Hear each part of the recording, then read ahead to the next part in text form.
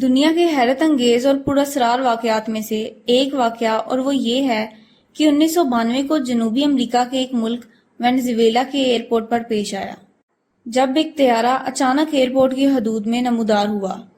حیران کن بات یہ کہ ایئرپورٹ کے کسی بھی ریڈار پر طیارے کی نقل و حرکت نظر نہیں آ رہی تھی، یعنی ریڈار طیارے کو کیچ نہیں کر پا رہے تھے۔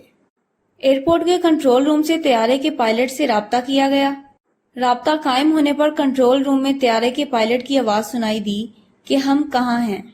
کنٹرول روم کے منتظمین کے مطابق پائلٹ کی آواز نہایت گھبرائی ہوئی اور خوف زدہ تھی۔ بہرحال میرے پیارو، کنٹرول روم سے جواب میں کہا گیا کہ آپ اس وقت وینزویلا کے ایئرپورٹ کی حدود میں ہی ہیں، جس پر پائلٹ کی طرف سے گہری خاموشی چھا گئی۔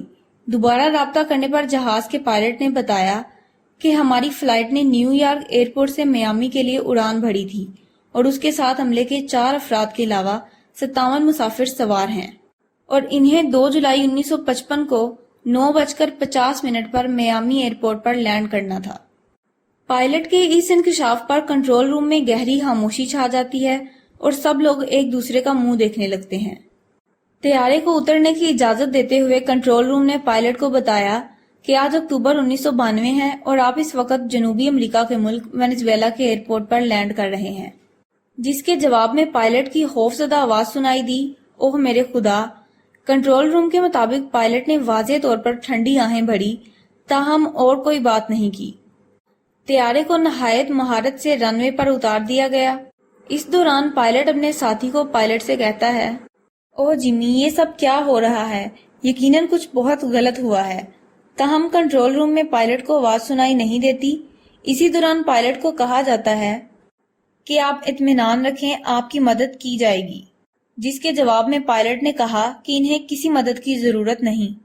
اسی دوران لینڈ کریو کی گاڑیاں جہاز کی طرف بڑھنے لگیں، لیکن پائلٹ نے چیخ کر کہا، ہمارے قریب مت آنا، ہم جا رہے ہیں۔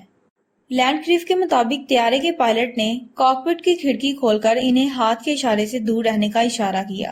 کریو کے بیانات کے مطابق پائلٹ کے ہاتھ میں کوئی فائل پکڑی ہوئی تھی اور طیارے کے مسافروں کے خوفزدہ چہرے کھڑکیوں سے چپکے ہوئے تھے۔ اسی دوران طیارے نے تیزی سے اڑان بھری اور بادلوں میں غائب ہو گیا۔ اس تمام عمل کا ریڈارز پر کوئی ریکارڈ موجود نہیں، لیکن کنٹرول روم اور لینڈ کریو کے بہت سے افراد کی ناقابل تردید شہادتوں اور کنٹرول روم میں پائلٹ کے ساتھ والی گفتگو کی ریکارڈنگ ایسے ثبوت ہیں جنہیں کسی طور جھٹلایا نہیں جا سکتا۔ اس کے علاوہ ایک اور ثبوت جو کہ جہاز کا پائلٹ چھوڑ گیا، وہ 1955 کا ہاتھ سے بنا کر چھپا ہوا وہ کیلنڈر ہے جو کاکپٹ کی کھڑکی سے پائلٹ کے ہاتھ سے گر گیا تھا، جو کہ آج بھی محفوظ ہے۔ اس طیارے کا آج تک دوبارہ کوئی پتہ نہیں چل سکا۔ عزیز قارئین کرام، یہاں آپ کو بتاتا چلوں کہ مورخین کے مطابق جولائی 1955 کو ایک فلائٹ نمبر 914 نے نیو یارک ایئرپورٹ سے میامی کے لیے پرواز کی، تاہم پرواز سے کچھ دیر بعد طیارہ ریڈار سے غائب ہو گیا اور تمام رابطے ختم ہو گئے۔ طیارہ میامی ایئرپورٹ پر بھی نہ پہنچ سکا۔ تمام وسائل بروئے کار لانے کے باوجود طیارے کا پتہ نہ چلایا جا سکا اور فضائی تاریخ میں ایک جہاز ہمیشہ کے لیے لاپتہ قرار دے دیا گیا۔